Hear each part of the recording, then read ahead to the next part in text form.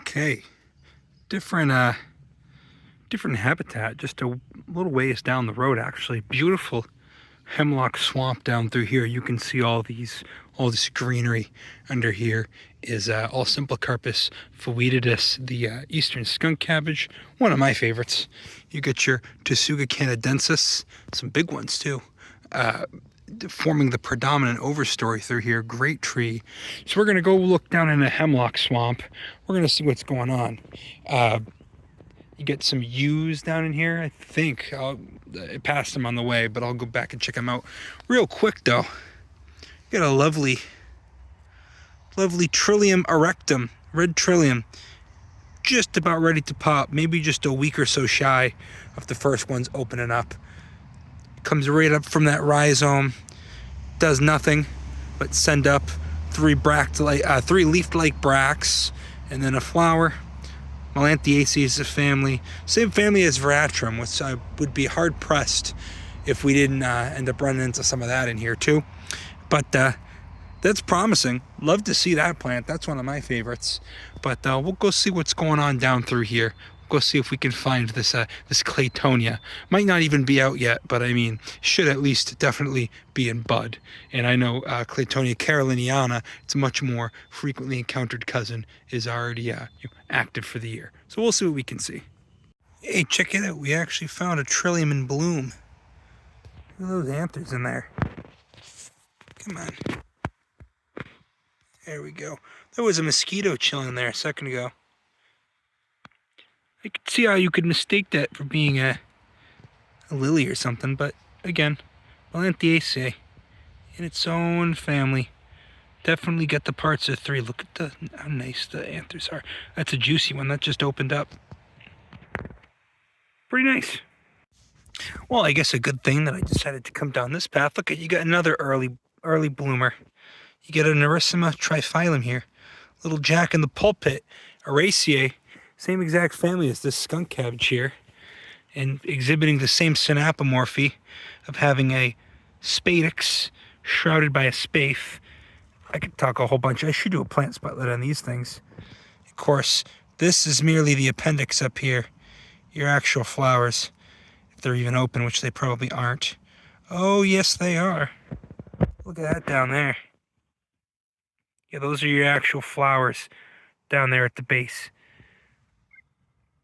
I can't remember if these are dioecious or monoecious, or they do some sort of weird thing with their pollination syndrome. Yeah, that's real cool. Those are all the individual flowers down at the base.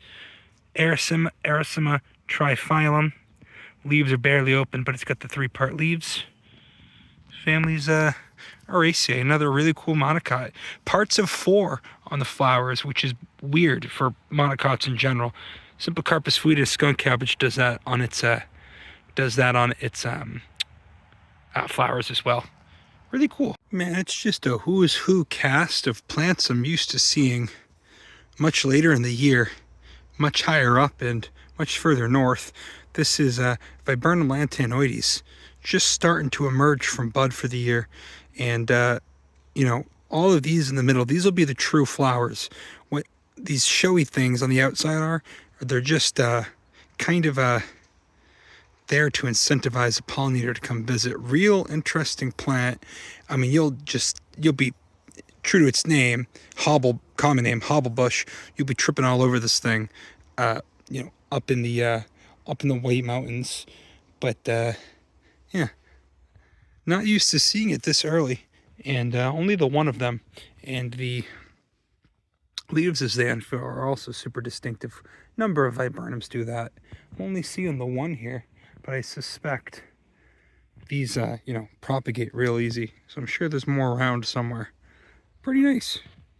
Well, here's an old favorite of mine. Here's another here's a little ranunculus. Well, not in the genus ranunculus. This is Anemonoides quinquefolius, a you know, little early spring blooming member of the family Ranunculaceae. Remember the buttercup family? All these leaves are all, you know, that's all him. Although I haven't seen any flowering today until now. Of course, you get it. Oh, I'm on the phone, if you can't tell. sepals. There we go. Sepals instead of petals, and just packed in with stamens there. Still pretty early for these guys, I guess. I could have sworn that they were, a little earlier in general, but I guess not. Anyway, we're kind of just in the thick of it here in the middle of a swamp, which, I mean, don't get me wrong, is lovely. But, I mean, even, there's some spice bushes in there. Little Indera benzoin over there. One behind me. Right here. Already on their way out. Some of them, anyway. But this is what I believe to be my location. So I'll tool around here for a little bit. I mean, it's obviously I have to entertain the possibility that I'm still a little early, but the big spice bush right there. But we'll just see what happens. This is pretty cool on its own, and I would, love to just do a general hemlock swamp video, because I mean there's lots of good stuff in here. So let me kick around for a little bit, see what I can find, and either way might make an interesting video. We'll see. So I come over not more than a few feet, and I don't remember what specifically caught my eye, but here he is. Gotta make sure I'm not trampling any of them. They are diminutive little plants. Here, these guys are kind of lumped over. I am about 90% sure this is Claytonia, virginica. I forget. Very rare here in Massachusetts. Much more common as you move south through Appalachia. I don't believe you get it at all. Maybe in one county in northern New Hampshire, or one county in southern New Hampshire, and I don't think you get it much in northern New England. I'm looking around, actually. Look, there's a whole other patch right there that we can go look at in a minute. But Montiaceae, I believe it's the family here, formerly in the family Portulacaceae, one way or another in the order Caryophyllales. I'm not sure what makes these little buggers so common down south, but so rare up in our neck of the woods in New England. Appalachian plant, Claytonia caroliniana, of course, has flowers that are nearly identical, but unlike Claytonia virginica, this species in hand right here, Claytonia caroliniana has much shorter, fatter leaves, almost obovate, almost oval shaped. And as you can see, this Claytonia here, he's got the linear leaves. How about that? It's Caryophyllales. Oh, look at the two-lobed calyces. Let's see, what can we see down there in the flower? Oh, that's nice. That's really nice. Yeah, what the hell makes these so rare? Montiaceae, if that is indeed the family. Oh, looks like some deer have been through here munching on stuff. Sorry, let me get back to where I was. So, Montiaceae, if that is indeed the family, I'm not sure why it was moved from Portulacaceae. Of course, Portulacaceae, if you're not aware, mostly succulents. Montiaceae is a family I know nothing about, so I might put a stop here, do a little addendum, and speak to it, or you know me. I'll put the little subtitles in. But dang, hell of a find. I mean, I kind of knew where it was, but I could tell.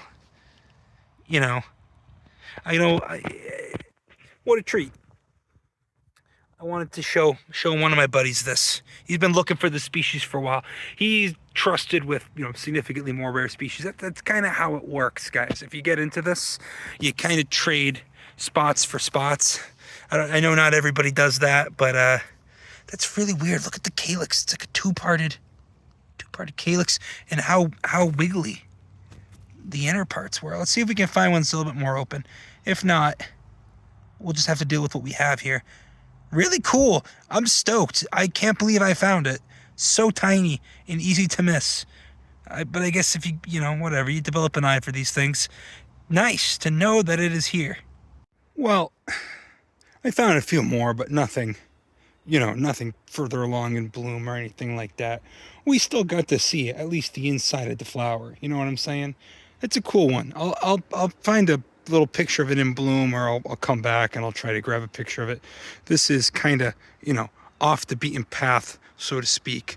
But supposedly there's another location to check out closer by. It's also more recent population. I think the last time anybody came and checked in on this population was back in the late 90s. So I'll be sure to tell the state they're still here, seemingly doing fine. I think I probably counted about 15 individuals, but super early. The thing just looks like literal grass blades until it pops out in bloom there. Maybe from my demeanor, even though I'm getting the work in, I'm getting a lot of these videos done, and I feel like I'm including a lot more interesting stuff. You'll have to pardon me. I'm trying to balance on a log right now, so as to not disturb the wonderful mossy habitat beneath me, and also so I don't get soaking wet. I digress. What was I saying? Oh yeah, the demeanor in my voice. I actually pulled up to the first spot today, the spot where we didn't find that Hartford fern, and realized I had left my SD card in my computer because I wanted to double check something last night as I was leaving. Foolish of me, but we make do. I brought the phone back out. That works fine, and then just generally I'm kind of trying to, arrange a move or buy a house right now, and it's just, I'll spare the details. It is not going well. But you can always come out to a lovely, I almost said cedar swamp, hemlock swamp, and, look at nice, locally rare, some nice locally rare early spring wildflowers. This time last year, and certainly the year before, I don't really think I got anything done this time of year except for maybe a skunk cabbage video or two. And here we are in 2024 getting actual multiple interesting plants in at a time in April, because they're out here, brother. I'm telling you right now, they really are out here. So I think without further ado, we'll head home for today, and it's still an early day. Still got the whole afternoon ahead of us. Struck out at that first spot, realized that I made an error, and then we went down the street a little bit, or across town, found one target species. We came out to our third site for the day, and I think it took us maybe a half hour, 40 minutes to hike in and find it. So, if you're down in southern Appalachia, you're probably not impressed by either of those species, but if up here in New England, they're pretty cool, pretty rare, pretty special, and you're not going to be able to find them just by punching it into iNaturalist and saying, hey, where's this? Fortunately it's going to be obscured, and I'm keeping my lips shut. But I do have one person who has given me some pretty good sites, and that's kind of why I'm not really interested in Claytonia, as a genus, or even Montiaceae, Portucaceae, whichever it is, as a family. But any excuse to come out into a cedar, God, I'm going to do it again. It's because I spend most of my time in cedar swamps. Anytime I get to come out to any sort of swamp, it's a good day. So I'll be able to report that good news to the state. The Claytonia virginiana is still here. Virginica, with the names like that, I always butcher. I'm sorry. And yeah, until next time. May is right around the corner. I get some time off for the time being. I'm not moving. I'll be in Vermont in May, New Hampshire in May. Hopefully be doing some really nice stuff in June up in Vermont.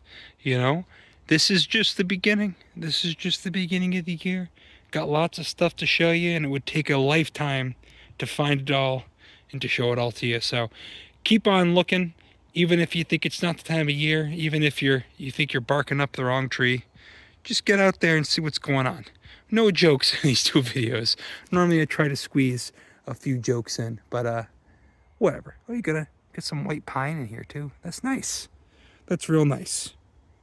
Hey, so just following up on Claytonia virginica, a locally rare, locally endangered member of the family, Montiaceae. Oh, he's got a bunch of bees on him. There's some bee. They're actually everywhere. We'll see if we can get one on camera. I guess there's a bee that hosts on this, which one of my bug buddies was telling me about. Having a good day today. Just came and just went and saw, or discovered, I'm not sure what the right word is for it, a really interesting orchid that's not technically even wasn't known from Massachusetts before 20 years ago. Native to the East Coast and disjunct in Vermont, but not not historically not one you would expect to see in Massachusetts. But judging by the location I found it, which is remote and kind of difficult to assess, whatever, we're talking about Claytonia today. You get the idea. So this is Claytonia virginica right here. Please allow me to get my camera's proboscis in there. Lovely pink anthers. When we saw this, it was still in bud. Unfurls these grass-like long leaves, which distinguishes it from the much more common Claytonia caroliniana, which you get all the way up into the White Mountains and such. I forget I think it's S2. It's state listed endangered, so you don't get it in too many spots here in Massachusetts. I'm actually right by the side of the road. This is a spot I got tipped off to, and I mean, as you can see, they're just littering this hillside, this nice sunny hillside here. Completely different habitat, completely different part of the state than where I saw it, last year. But if you actually look at where it's been documented in Massachusetts, it's basically, there's like an East Coast, there's like an Eastern Mass population, and then there's like a Western Mass population. And again, I just do not understand what makes you so much rarer than your close cousin, Claytonia caroliniana. The only real difference, again, is the leaves, from what I can tell. Of course, I'm no Montiaceae expert. This was formerly in the family portrait of the Caceae, now Montiaceae. But what a lovely, distinguished flower. Almost kind of reminds me. Yeah, I love the pink anthers. I really do love the pink anthers. Almost kind of reminds me, in the flower anyway, like almost like Oxalis montana. It's a little bit more interesting than Oxalis montana. So they're clearly thriving here and make the drive back out to the swamp. But this is actually a lot closer to me than that population is. I knew I was going to be coming down this area of Massachusetts this particular weekend, so I figured I'd wait. That's goddamn lovely.